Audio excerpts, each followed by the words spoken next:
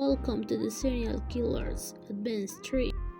Well, the first serial killer is Elizabeth Bathory.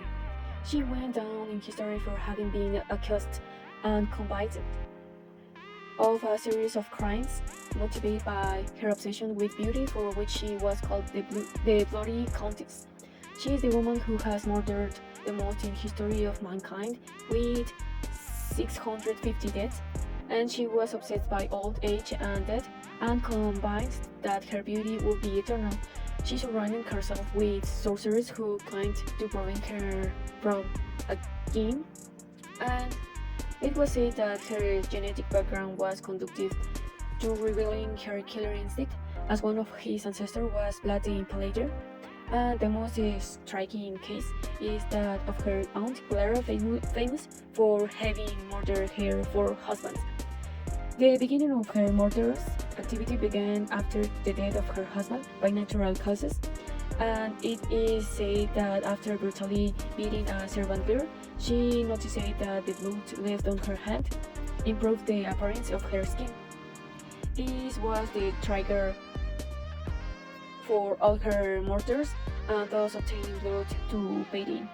She presented a marked psychopathic profile, presented a notorious narcissism, a lack of empathy or remorse, killing without compassion, extreme aggressiveness with brutal attacks, great capacity for manipulation, and she will not be condemned to be burned at the stake because of her noble origin, but she was imprisoned for 4 years in her castle, where she died in 1614.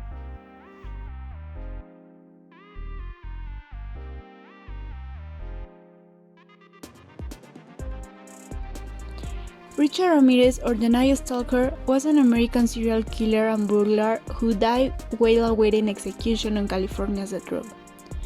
Ramirez was born into a very troubled and dysfunctional family. His father, a worker and former police officer from Ciudad Juarez, was extremely violent with all his children, who he brutally beat, especially Richard himself.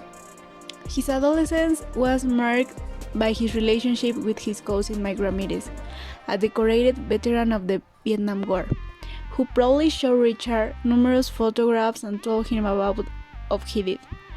Richard was also with Mike when in 1973, Mike murdered his wife after a violent discussion. Ramirez was a problematic young man. At age 9, he began stealing and later using drugs in his home state, Texas. By the mid-80s, Ramirez was completely into Satanism. He killed 13 people, tried to kill 5 people, and burglarized 14 houses in the city of Los Angeles between 1984 and 1985. He entered the house of his victims at night to rape and kill them.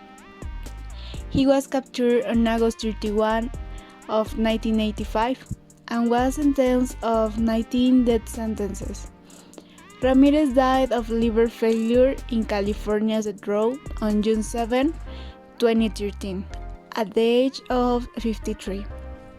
The psychologists indicated that Richard didn't fit into the group of normal serial killers. He didn't follow a specific pattern in his victims. He had an antisocial personality. He liked to see people suffer and feel control over them because he was an abused child. Also, I can describe him as a painless, pitiless, and charming person.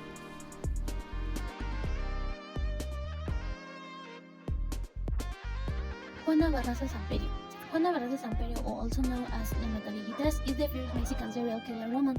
Barraza had a very cold childhood. His mother was an alcoholic and decided to exchange her with an older man for years. At just 13 years old, she was continually raped until she became pregnant. These events affected her life and emotional stability, generating hatred for the mother figure. During her teenage years, she had several partners and convinced 6 children. In this way, she had various jobs to support her family. One of them was selling popcorn in Wesley. That way, she approached this path. Because of her tall, robust, and strong complexion, she became the Silence Lady, a particular wielder for her feminine attire. This activity she helped him realize her injury and rage. However, after an injury to her back, she withdrew from it and began to be the representative of her fellow wrestlers. She no longer had a way to realize her anger, so she started committing murders. She had nursing knowledge. With this, she gained the trust of grannies who lived alone, and once being inside her house, she strangled them and took advantage of it to steal some of their belongings. The police began the investigation after realizing that she attacked near the parks or after doing the super. Fears of all, they spoke of a man do the particular things that the witness gave, but they didn't imagine that she was a woman. On January 25, 2006, she had his last victim, 82 years old Ana Maria, whom she strangled with a stethoscope, and when she fled the place, a neighbor noticed the facts and notified the police. When they arrested her, she was called an innocent, but the investigation said otherwise. There were 43 cases of murders of elderly women. However, only 70 were proven. Now we continue with Ted Bundy. Ted Bundy, he was an American serial killer and rapist, one of the most notorious criminals of the late 20th century. Taylor Robert Bundy was born on November 24, 1946 in the city of Burlington in the state of Vermont, United States. He studied psychology. During his university stage, he met the person who would begin to destabilize his life. She was his girlfriend. He studied law at the University of Washington. During this time, he committed his first crime. Almost a month later, Bundy repeated his modus operandi with a psychology student from the same campus. During that aim, this style then acquired considerable of a simple strategy. He will go to university campuses or supermarkets, choose his victim, and ask him for help to put things in his trunk under the false excuse of having an arm in a cast. Then he will hit with a bored young woman and put her in his Volkswagen to transfer them to some secluded place where he could carry out all kinds of humiliations. In some cases, after murdering them, he practiced necrophilia with the bodies.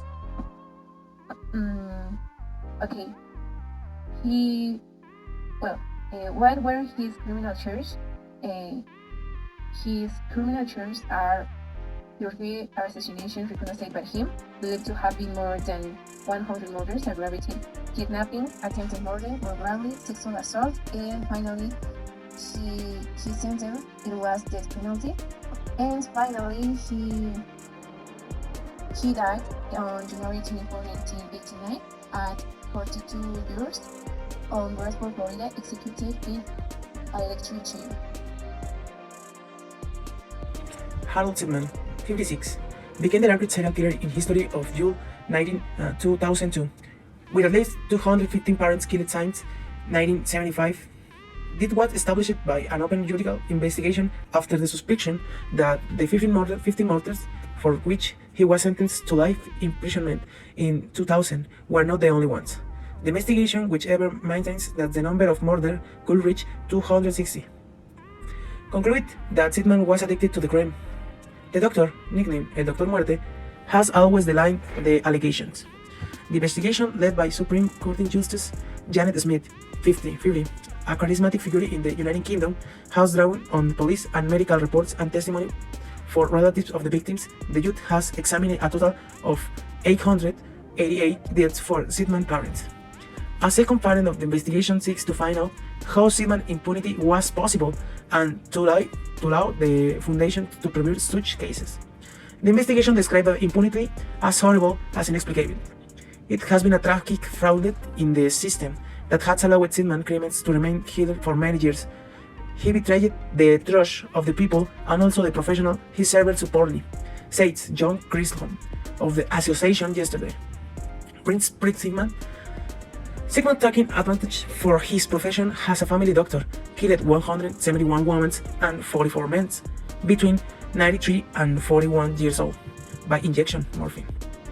The mass murderer began his back joiner in 1975. In the murder, the victim was Eva Light. His criminal escalation paralleled to the professional ones continuing at the Donnybrook Health Centers in the small town of Hilt near Massachusetts, where he committed 71 crimes. In the same city, the respected that below shipment established the privacy practice in the Central Street in 1992, where there he would plan 143 murders.